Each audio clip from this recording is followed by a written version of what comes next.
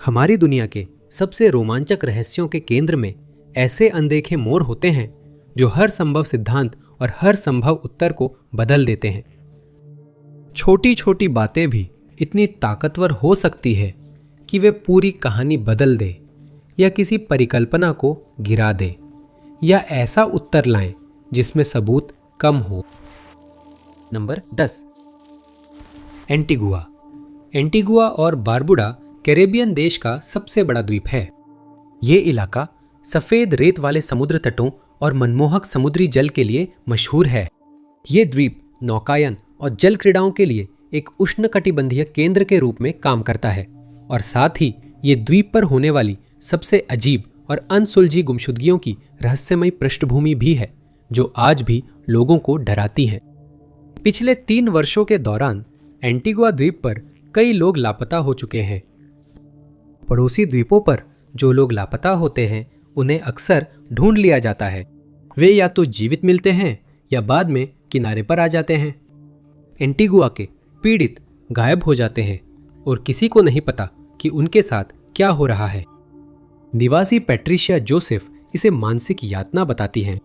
ये उनकी माँ थी, 74 वर्षीय हाइसिंथ गेज, जो इन 3 वर्षों की अवधि में गायब हो गई थी। पैट्रिशिया उस नारंगी रेनकोट को ढूंढ रही है जिसे उनकी मां ने आखिरी बार पहना था। 2024 और 2025 के बीच कम से कम दर्जन भर हाई प्रोफाइल मामलों की रिपोर्ट की गई है, जिसमें इस छोटे कैरेबियाई शहर के निवासियों का भी यही हश्र हुआ है। वे बिना कोई सुराग छोड़े गायब हो गए। कियोन रिचर्ड्स को आखिरी बार सैंडल्स ग्रांडे इन एंटीगुआ रिजॉर्ट में देखा गया था। ऑर्टन डेविड्स की जली गाड़ी मिली थी और बारबाडोस के 3 मछुआरे समुद्र में गए थे और उस रहस्य का एकमात्र सुराग सिर्फ उनकी नाव के टुकड़ों के रूप में किनारे मिला। इनमें से कई मामलों में बड़े पैमाने पर खोजबीन के बावजूद पीड़ित अब भी लापता हैं और उनका कोई भी सुराग कहीं नहीं मिला है। कयासबाजी जोरों पर है। जवाबों की जगह निवासी केवल सिद्धांत ही पेश करते हैं। एंटीगुआ पुलिस के कथित गुस्से से कई लोग सोच रहे हैं कि कम वेतन के कारण विभाग जांच नहीं करना चाहता या उन्हें गैंग गतिविधियों व तस्करी जैसी चीजों को छुपाने के लिए पैसे मिल रहे हैं। एंटीगुआ के कार्यवाहक पुलिस आयुक्त एवर्टन जेफर्स ने बल के कमजोर प्रदर्शन को स्वीकार किया और सुधार की आवश्यकता भी मानी। उन्होंने जनता से यह भी कहा कि गायब होने की बड़ी संख्या के पीछे के कारणों को लेकर खुले दिमाग से सोचे, जिसमें आसपास अंगों की तस्करी के संचालन की संभावना भी शामिल है। हालांकि इस सुझाव का समर्थन करने के लिए कोई सबूत नहीं है। 2025 की शुरुआत में आई एक रिपोर्ट के अनुसार एंटीगुआ में अनसुलझे लापता लोगों के लगभग 60 मामले हैं और अब यह संख्या और बढ़ गई है। लेकिन ट्विस्ट ये है कि एंटीगुआ में केवल 1 लाख लोग रहते हैं और ये द्वीप केवल 108 वर्ग मील में फैला है, जो लगभग रोसनबर्ग टेक्सास के आकार का है। इसी छोटे से द्वीप में तुलनात्मक रूप से लापता होने के मामलों की असामान्य रूप से अधिक संख्या देखी जाती है। पड़ोसी देशों में लापता लोगों के मामले इतने ज्यादा नहीं हैं। नंबर 9, ये 1874 था जब उत्तरी कैरोलिना में पहली बार झटके महसूस किए गए थे। ये फरवरी की शुरुआत में था जब जमीन हिल गई और बॉल्ड माउंटेन की दिशा से रहस्यमय धमाके जैसी आवाजें सुनाई दी, जो कि ब्रॉड रिवर बेसिन में स्थित 3020 फुट ऊंची एक चोटी है। कुछ लोगों ने जमीन के भीतर से धुआं और भाप निकलते हुए देखा और जल्द ही धार्मिक उन्माद से भड़की जबरदस्त दहशत फैल गया। चिमनी रॉक के लोग जान बचाने के लिए छुप गए और भागने लगे। उन्हें लगा पहाड़ सक्रिय ज्वालामुखी है जो फट सकता है। ऐसा कोई विनाशकारी घटना नहीं हुई। दरारों से कोई लावा नहीं निकला और न ही उस गैर मौजूद ज्वालामुखी पहाड़ के मुंह से कोई पिघला हुआ पत्थर निकला। फिर भी अगले 2 महीनों तक गड़गड़ाहट जारी रही और बॉल्ड माउंटेन के आसपास के जिलों में धार्मिक जागरण जैसा आसन्न विनाश का माहौल छा गया। बढ़ती रहस्यता से आकर्षित होकर प्रेस वहां उमड़ पड़ी और उन्होंने इसे या तो दैवीय हस्तक्षेप की घटना या मात्र एक संयोग के रूप में बताया। 2 महीने पहले पोसी ओवेंसबी, जो स्टोन माउंटेन के मैकडॉवेल काउंटी के किसान थे, यह चोटी रादरफोर्ड काउंटी की उत्तरी सीमा पर चिमनी रॉक, नॉर्थ कैरोलिना के पास है, पहाड़ पर गए और 3 दिन का धार्मिक जागरण आयोजित किया, जो 9 फरवरी को खत्म हुआ। यही स्वयंभू उपदेशक पोसी ओवेल्सबी ने कथित तौर पर प्रभु से प्रार्थना की कि वे भूकंप भेजकर आसपास के पापियों को चेतावनी दें। अजीब ये था कि अगले दिन वह भूकंप पूरे इलाके में तबाही मचाने लगा। ऐसे भूकंप जो पहले नहीं आए थे। गाय, भैंस, घोड़े और सुअर जंगल में छोड़ दिए गए और आसपास के लोगों ने समझ लिया कि उनके पास अब कुछ ही दिन हैं। जहां पत्रकार धार्मिक उग्रता का मजाक बना रहे थे, वहीं विलफोर्ड कॉलेज के भूवैज्ञानिक वॉरेन डुप्रे ने घबराए लोगों को शांत किया। छात्रों के एक समूह, एक सिविल इंजीनियर और एक अखबार संपादक के साथ वॉरेन डुप्रे हिकोरी नट गैप रोड से होते हुए बाल्ड और स्टोन पहाड़ों के ऊपर सड़कों और कठिन रास्तों से यात्रा पर निकले। दल को सक्रिय ज्वालामुखी का कोई सबूत नहीं मिला, न कोई धुआं उठता दिखा और न ही पिघले हुए पत्थरों के टुकड़े। वहां एक पहाड़ था जो अब भी गड़गड़ा रहा था। ये तय करने के बाद कि नई सड़कों के लिए कोई विस्फोट नहीं हो रहा है, भूवैज्ञानिकों ने निष्कर्ष निकाला कि ये कंपन जरूर उस गंजे पहाड़ के नीचे से आ रहे होंगे। उन्होंने सुझाव दिया कि डूबती गुफाएं और पर्वत श्रृंखला के तत्व इसके लिए जिम्मेदार हैं। बाद में जांचकर्ताओं ने इन कंपन का कारण उन गुफाओं में होने वाले चट्टानों के गिरने को बताया, जो पहाड़ों के नीचे स्थित हैं। वैज्ञानिक जांच के बाद भी यह रहस्य बना रहा कि अचानक गड़गड़ाहट क्यों हुई और इसका पोजी ओवेन्सबी की प्रार्थना से क्या संबंध था। 1874 में 6 महीनों तक रंबलिंग बॉल्ट लगातार गूंजता रहा। आखिरकार कंपन और तेज धमाके धीरे धीरे थम गए, लेकिन कभी कभी अब भी हल्का झटका महसूस होता है। नंबर 8, ऑक्सफोर्ड यूनिवर्सिटी के क्लैरेंडन लेबोरेटरी के फॉयर के पास गलियारे में एक रहस्य है जिसने वर्षों से विशेषज्ञों को मोहित किया है। यहीं पर ऑक्सफोर्ड इलेक्ट्रिक बेल का घर है, जो अभूतपूर्व समय से चुपचाप बज रही है। ये उपकरण अब केवल वैज्ञानिक जिज्ञासा नहीं, बल्कि सहनशीलता और रहस्य का प्रतीक है। यह भौतिक विज्ञानी रॉबर्ट वॉकर द्वारा वैज्ञानिक उपकरण संग्रह के लिए प्राप्त शुरुआती वस्तुओं में से थी। प्रोफेसर ने इसकी खासियत पहचानी और 1800 के दशक के अंत में इसका इतिहास में स्थान सुरक्षित किया। ऑक्सफोर्ड इलेक्ट्रिक बेल एक प्रयोगात्मक घंटी है जिसमें लटकती धातु की गेंद 2 छोटी घंटियों के बीच हिलती रहती है। जो साधारण दिखने वाला उपकरण है, वह असल में एक रहस्य छुपाए हुए है। ऑक्सफोर्ड इलेक्ट्रिक बेल 100 साल से ज्यादा बज रही है और कोई नहीं जानता कैसे। 1840 से जिस साल इसे बनाया गया था, ये 10 अरब से भी ज्यादा बार बज चुकी है। ये उपकरण एक रहस्यमय बैटरी से चलता है जिसका निर्माण और कार्य वैज्ञानिक नहीं समझ पाए हैं। ये बैटरी हर आधे सेकंड में घंटी बजाती है, वो भी 2 शीशे की परतों के पीछे, बिना आवाज के। ये घंटी दशकों से चर्चा का विषय रही है, जिसने छात्रों और शोधकर्ताओं को इसकी कार्यप्रणाली और मानव समझ की सीमाओं पर सोचने के लिए प्रेरित किया है। रहस्य जानने के लिए विशेषज्ञों को इसे खोलकर आंतरिक संरचना समझनी होगी, लेकिन कोई इसकी घंटी बजने से रोकना नहीं चाहता, इसलिए सभी इसके खुद बंद होने का इंतजार कर रहे हैं। कोई नहीं जानता कि वह दिन कब आएगा या बैटरी वास्तव में कितने समय तक चल सकती है। Guinness book of world records ने इसे दुनिया की सबसे टिकाऊ बैटरी कहा है और यह घंटी वाला उपकरण जल्द खत्म होने के बिल्कुल भी संकेत नहीं दिखा रहा है। विशेषज्ञों ने पता लगाया कि क्लैपर घंटी को मारता है और बैटरी चार्ज छोड़कर उसे दूसरी घंटी की ओर धकेलती है।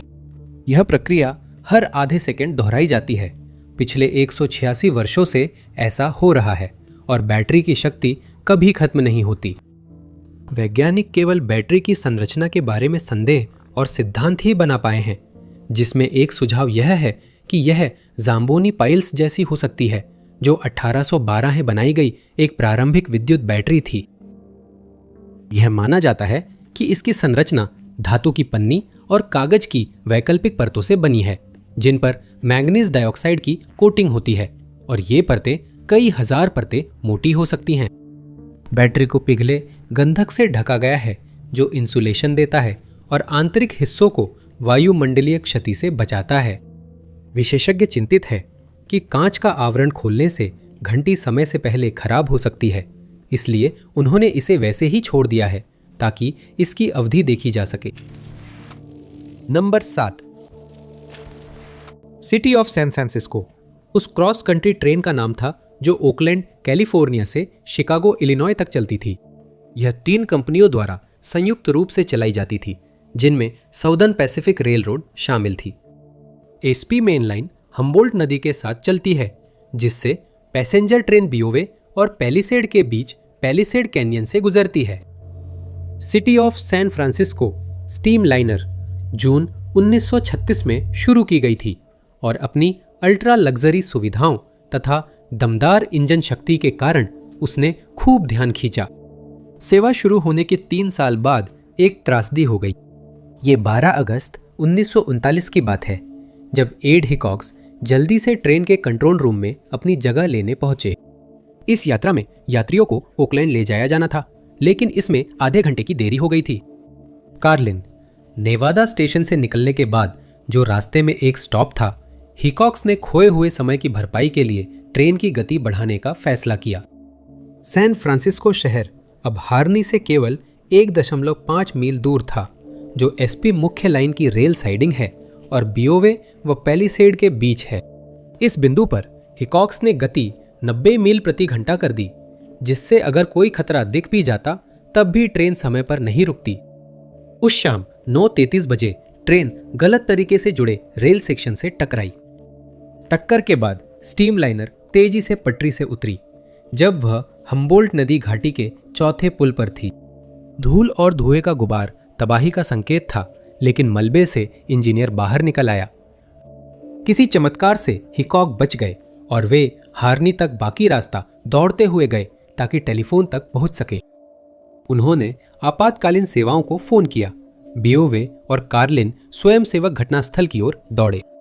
बचे हुए लोगों को तुरंत प्राथमिक चिकित्सा किट से सहायता दी गई, लेकिन उन्हें इंतजार करना पड़ा जब तक कि बचाव ट्रेन तैयार नहीं हो गई। वे सुबह तक त्रासदी स्थल पर ही रहे। इस हादसे में ट्रेन के 5 डिब्बे पूरी तरह क्षतिग्रस्त हो गए, जिनमें कॉफी शॉप, किचन, 72 सीटों वाला डाइनर, लाउंज बुफे कार और 2 स्लीपर ट्विन पीक्स व चाइना टाउन थे। इसके बाद कई महीनों तक पटरियों को सेवा से बाहर रखा गया और आने वाले दिनों में व्यापक जांच शुरू हुई। एक अप्रत्याशित मोड़ पर पता चला कि पटरी की गड़बड़ी जानबूझकर की गई थी। किसी ने पूरी रेल की पट्टी को हटा दिया था, उसे भूरे रंग से रंग दिया था और उसे झाड़ियों में छुपा दिया था। गोताखोरों को हम्बोल्ट नदी में औजार मिले, जिससे ये त्रासदी एक तोड़फोड़ की घटना साबित हुई, जिसमें 4 भारी उपकरण लगे। पटरी को हटाने में 1 घंटा लगता और बाकी रेल से उन्हें अलग करने में भी काफी समय लगता। बताया गया कि 4 घंटे पहले एक और ट्रेन वहां से बिना समस्या गुजरी थी। जांचकर्ताओं ने तोड़फोड़ करने वालों पर इनाम रखा, जिससे कई अकेले आवारा लोग गिरफ्तार और पूछताछ किए गए। हालांकि पुलिस को विश्वास था कि जिम्मेदार को रेलवे संचालन की जानकारी रही होगी। पूछताछ से कोई नतीजा नहीं निकला और हैरानी की बात है कि कई साल बाद 1995 में एरिजोना में एक और ट्रेन पटरी से उतर गई और जांचकर्ताओं को सैन फ्रांसिस्को शहर की त्रासदी से डरावनी समानताएं मिली। पटरी को ऊंचे तटबंध वाले पुल पर हिलाया गया, जैसे 1939 की घटना में हुआ था। नंबर 6, यूएफओ लोक कथाओं में मेन इन ब्लैक घटना एक छिपे हुए संदर्भ की तरह है। कहानी के अनुसार ये रहस्यमय डरावने लोग यूएफओ गतिविधि के चरम पर दिखते हैं। कहा जाता है कि ये लोग चश्मदीद गवाहों का पीछा करते हैं और उन्हें चुप कराने के लिए डरावने तरीकों से डराते धमकाते हैं। मेन इन ब्लैक को फीके रंग की आकृतियां के रूप में वर्णित किया गया है, जो अस्वाभाविक रूप से कठोर होते हैं और आमतौर पर एक जैसे काले सूट और सनग्लासेस पहने हुए देखे जाते हैं। उनका व्यवहार गैर मानव जैसा होता है, जिससे जो भी उनसे मिलता है वो स्वाभाविक रूप से परेशान हो जाता है। अक्सर इन मुलाकातों में मेन इन ब्लैक का उद्देश्य स्पष्ट होता है। वे सीधे मुद्दे पर आते हैं। 1947 की हैरोल्ड डाल घटना में हार्बर पेट्रोलमैन, जो मॉरी आइलैंड के पास यूएफओ की जांच कर रहा था, उसे यात्रा के दौरान धमकी मिली थी। और 1952 के एल्बर्ट बेंडर और आईएफएसबी मामले में मेन इन ब्लैक की एक मुलाकात के कारण उसकी यूएफओ रिसर्च को जबरन बंद करवा दिया गया। 2016 में आयोवा के दक्षिण पूर्वी मस्कटाइन काउंटी के निवासियों ने बताया कि मेन इन ब्लैक के आने का मकसद बिल्कुल साफ नहीं था और उनके आने का कारण कभी पता नहीं चला। क्षेत्र के कई निवासियों ने काले सूट पहने लोगों के साथ अजीब मुलाकातों की रिपोर्ट की, जो अजीब व्यवहार कर रहे थे और उन्हें असहज कर रहे थे। गवाह आरजे स्ट्रॉन्ग ने कहा कि उसने एक व्यक्ति को काले ट्रेंच कोट में सड़क पर चलते देखा। वह कुछ कर या कह नहीं रहा था, बस सड़क पर चुपचाप चल रहा था। एक महिला का भी ऐसा ही अनुभव था। उसने भी एक काले कोट पहने हुए व्यक्ति को सड़क पर चलते हुए देखा था। उसके बेटे को पहले की एक घटना में काले कपड़े वालों से बहुत डर लगा था। कई रिपोर्टों में इन अजीब लोगों को सड़क के किनारे देखा गया और वे कभी कभी अज्ञात कारणों से चलती ट्रैफिक के बीच में भी आ जाते थे। कैसी पेम्प्टिकी के कई दोस्तों ने उसे हाईवे 22 पर हुई उस घटना के बारे में बताया। घटनाएं इतनी परेशान कर देने वाली थी कि वे खबरों में आईं। KWQC न्यूज़ 6 ने बताया कि पुलिस उस घटना की जांच कर रही है जिसमें काले कपड़ों में लोग रात को सड़कों पर दिखे। विभाग ने सुझाव दिया कि भले ही यहाँ कोई अपराध नहीं हुआ है, लेकिन यह हरकत काफी खतरनाक है और इससे स्थानीय लोग स्वाभाविक रूप से डरे हुए हैं। मस्काटिन पुलिस को रिपोर्टें मिली है कि कुछ लोग दीवार फांदकर मकान मालिकों के आंगनों में घूम रहे हैं। इन अजीब काले कपड़ों में आए लोगों के कारण विभाग ने कहा कि कोई भी इनसे मिले तो तुरंत 911 पर कॉल करे। रिपोर्टों के अनुसार जिन लोगों ने इन आदमियों का सामना किया उन्होंने कोई बात नहीं की। सड़क किनारे उनके पीले चेहरे कठोर रहते हैं। वे अनजान मंजिल की ओर चलते हैं और बिना सोचे गाड़ियों के सामने आ जाते हैं, जो उनकी सामान्य प्रकृति और उद्देश्य के खिलाफ है। नंबर 5। 1966 में पश्चिमी तुर्की के एक प्राचीन कब्रिस्तान में 4 गांव वालों का एक समूह गया। इन्हीं जगहों पर 6ठी सदी ईसा पूर्व के लीडियन दफन टीलों की एक श्रृंखला स्थित थी। कई दिनों की खुदाई के बावजूद समूह कब्र का संगमरमर का दरवाजा नहीं तोड़ सका तो उन्होंने डायनामाइट का उपयोग किया। इस अवैध खुदाई में लीडियन कुलीन महिला की कब्र और संपत्ति मिली। गांव वाले 2600 साल बाद उसे देखने वाले पहले लोग बने। उन्होंने कब्र से सोने चांदी की चीजें और पास की कब्रों से सैकड़ों चीजें निकाल लीं। खुदाई के अंत तक उन्होंने 363 वस्तुएं जुटाईं, जिन्हें बाद में इज़मिर और एम्स्टर्डम के जरिए कई खेपों में तुर्की से तस्करी कर बाहर भेजा गया। 2000 वस्तुएं $1.2 मिलियन में मेट्रोपॉलिटन म्यूजियम ऑफ आर्ट को बेची गई, जिसे पता था ये कीमती वस्तुएं चोरी की थी। उनके कार्यों का असर उनकी जिंदगी और आसपास के लोगों की प्रतिक्रियाओं में दिखने लगा। गांव में कई लोगों ने घटना की कहानियां सुनी और दबी आवाज में चर्चा करने लगे। गांव वालों ने चोरों के जोखिम और इससे जुड़े लोगों में आए बदलावों पर विचार किया। कुछ गांव वालों ने सोचा खजाने से सिर्फ मुसीबत आई। गांव में माहौल बदला क्योंकि लोग सोचने लगे कि क्या शाप उन सबको भी प्रभावित करेगा जो कलाकृतियों से जुड़े हैं। गांव वालों की दौलत ज्यादा दिन नहीं टिक पाई। कीमती कलाकृतियां चुराकर बेचने के तुरंत बाद वे बदकिस्मती के शिकार हुए। एक ग्रामीण ने कहा कि एक चोर ने अपने 3 बेटे खो दिए। इसके बाद वह दुर्घटना में पड़ा और लकवाग्रस्त हो गया। एक और चोर को कड़वे तलाक का सामना करना पड़ा, जिससे वो निराशा में डूब गया। कथित तौर पर एक व्यक्ति पागल हो गया और लोगों से कहने लगा कि उसने 40 बैरल सोना छुपाया है। डकैती में शामिल एक साथी जिसने कलाकृतियां विदेशों में बेची, कहा जाता है कि उसने अज्ञात भयानक समय झेला और दर्द में जीवन बिताया। हालांकि श्राप सिर्फ चोरों और तस्करों तक सीमित नहीं था, बल्कि जो भी इसे छूता उसके साथ अजीब बदकिस्मती हो जाती थी। एक संग्रहालय निदेशक जिसे जुए के कर्ज चुकाने के लिए धरोहरें बेचने का दोषी पाया गया, उसकी बदकिस्मती कई रूपों में सामने आई, जिसमें 13 साल की जेल भी शामिल थी। जिन लोगों ने चोरी में हिस्सा लिया था उन्होंने अपनी सामान्य जिंदगी में लौटने की कोशिश की, लेकिन बेचैनी की भावना बनी रही। जो लोग उन घटनाओं के बारे में जानते थे उन्होंने उस खजाने को अलग नजरिए से देखना शुरू कर दिया। अब वह संपत्ति का स्रोत न रहकर बदकिस्मती की निशानी मानी जाने लगी थी। गांव वाले उन घटनाओं के बारे में वर्षों तक बातें करते रहे, और उस कहानी का इस्तेमाल दूसरों को चेतावनी देने के लिए करते थे। संक्षारक खजाने की कथा और भी मजबूत होती गई और उससे उपजी सतर्कता समुदाय में बनी रही। खजाने की खोज और उसके बाद की बदकिस्मती गांव की यादों का हिस्सा बन गई, जिससे लोगों की सोच अतीत के खतरों के प्रति बदल गई। नंबर 4, इजरायली पनडुब्बी डकार द्वितीय विश्व युद्ध के चरम पर ग्रेट ब्रिटेन में बनाई गई थी और शुरू में 1943 में HMS टोटम के रूप में कमीशन की गई थी। युद्ध के बाद पनडुब्बी में बदलाव कर 1967 में इजराइल ने इसे आधिकारिक रूप से लॉन्च किया। डकार को स्कॉटलैंड में परीक्षण के बाद हाइफा के आधिकारिक समारोह के लिए भेजा गया। हाइफा के पास पहुंचते ही सवार लोगों को रोज रेडियो से कमांड सेंटर को अपनी स्थिति बतानी पड़ती थी। अपनी यात्रा के दौरान पनडुब्बी ने 24 जनवरी तक इजराइल से संपर्क रखा।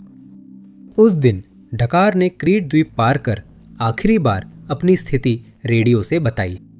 आगामी दिनों में व्यापक खोज और बचाव अभियान चलाए गए।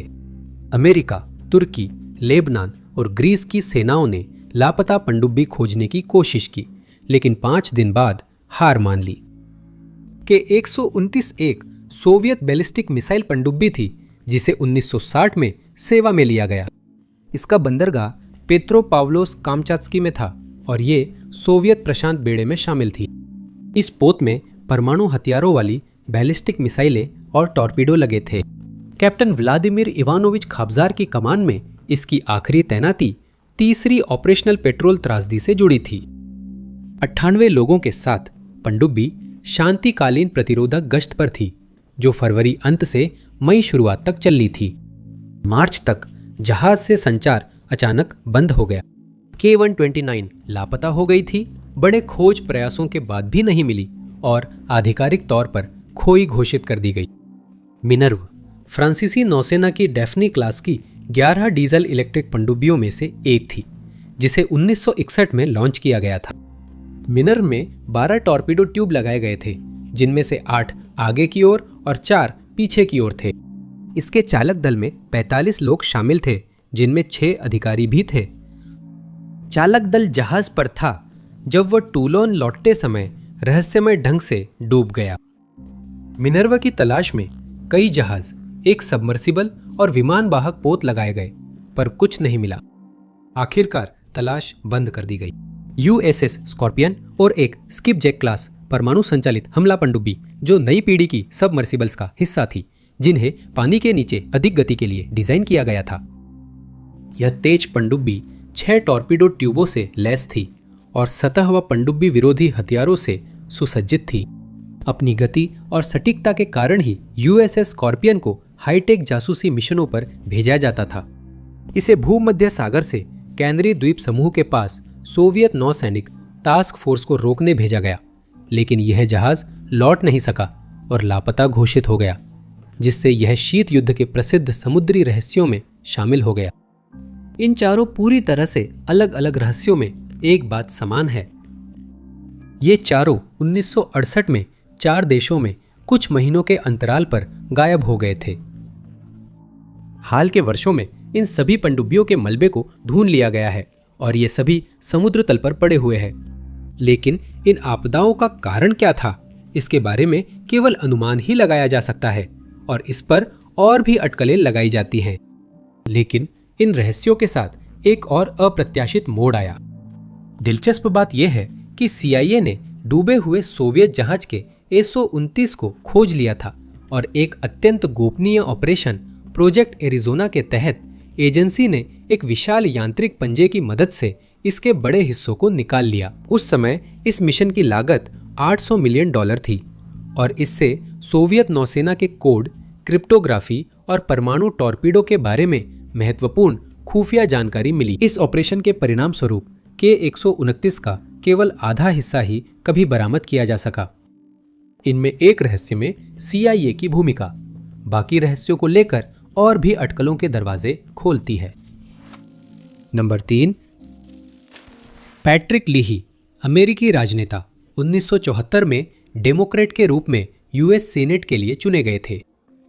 उन्होंने 1975 से 2023 तक वर्मोंट का प्रतिनिधित्व किया और 2012 से 2015 तक तथा फिर 2021 से 2023 तक सीनेट के प्रेसिडेंट प्रो टेम्पोर के रूप में सेवा दी। पद संभालते ही उन्होंने उदारवादी छवि बनाई और स्वास्थ्य बीमा सुधार में नेतृत्व किया। डेटा और बौद्धिक संपदा सुरक्षा कानून को आगे बढ़ाने वाले भी पैट्रिक लेही थे। 2002 में पैट्रिक लेही ने वाइस प्रेसिडेंट डिक चेनी के भाषण का प्रसारण देखा, जो विदेशी मामलों के दिग्गज सम्मेलन में दिया गया था। उनका भाषण इराक के साथ युद्ध के बारे में था, जिससे पैट्रिक लेही ने महसूस किया कि वह दिग्गजों के लिए नहीं बल्कि मीडिया के लिए था, जिसमें जनता को लोकतंत्र को बढ़ावा देने के बजाय इराक के साथ युद्ध का समर्थन करने के लिए प्रभावित करने की कोशिश की जा रही थी। उनका मानना था कि 2001 के बाद सरकार ज्यादा आत्मविश्वासी हो गई थी।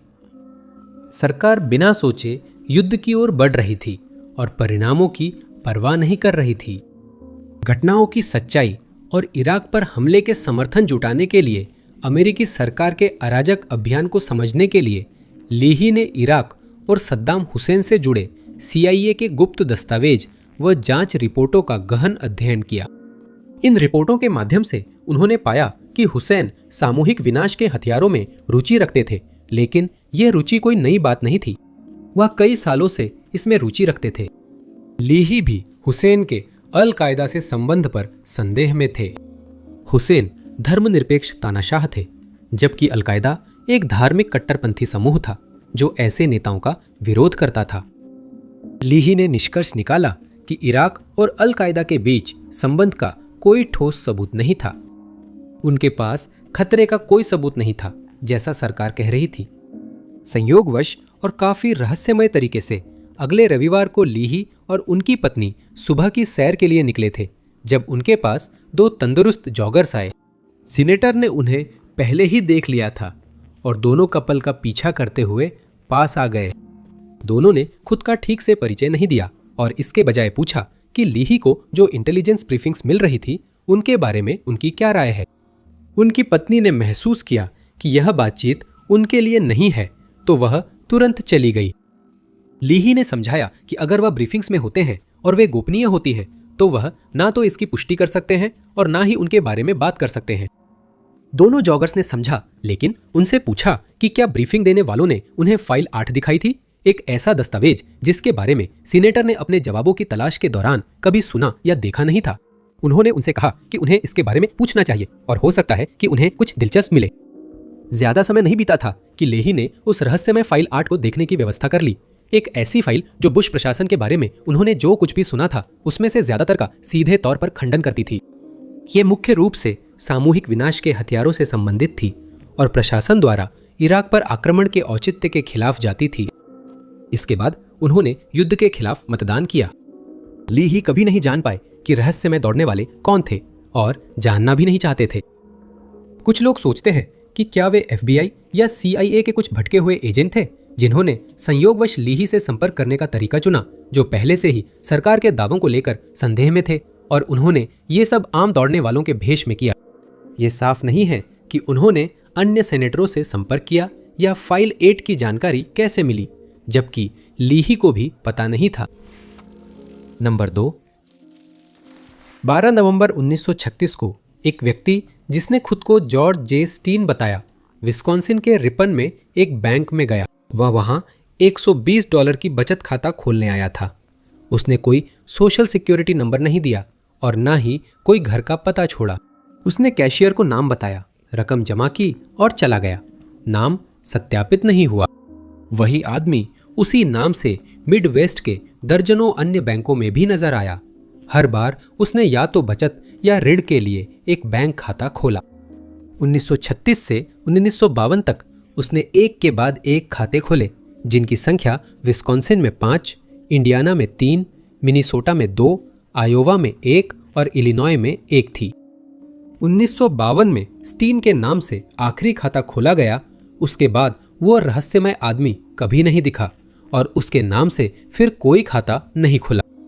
जॉर्ज जे स्टीन गायब हो गया था और उसने पीछे $1,30,000 छोड़ दिए थे, जो इन सभी बैंक खातों में बिना दावे के पड़े थे। एक शोधकर्ता टॉम बेकर ने इस रहस्य की तह तक जाने की कोशिश की और उन्होंने खातों की जांच शुरू की और काफी अजीब तरीके से पाया कि केवल एक खाते से ही असली पता जुड़ा हुआ था।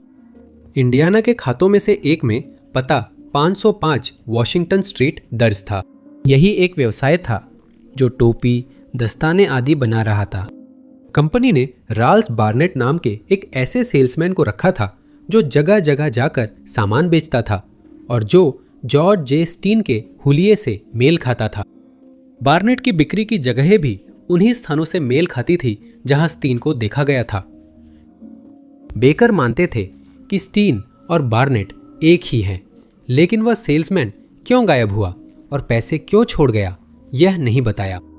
शोधकर्ता फ्रांसिस स्ट्रोल ने रहस्य सुलझाने की कोशिश की और पाया कि स्टीन ने जमा राशि पर वापसी पता लिखा था, जो इस बार एड फे नामक व्यक्ति से जुड़ता था। अखबार के अभिलेखों के अनुसार एड फे एक अपराधी था जिसने 1903 में सुपीरियर विस्कॉन्सिन में एक बैंक पोस्ट लूटी थी और $15,000 के स्टैम्प्स और नकद लेकर भाग गया था। उसे जल्द ही गिरफ्तार किया गया, लेकिन 1904 में वह जेल से भाग गया और फिर नहीं मिला।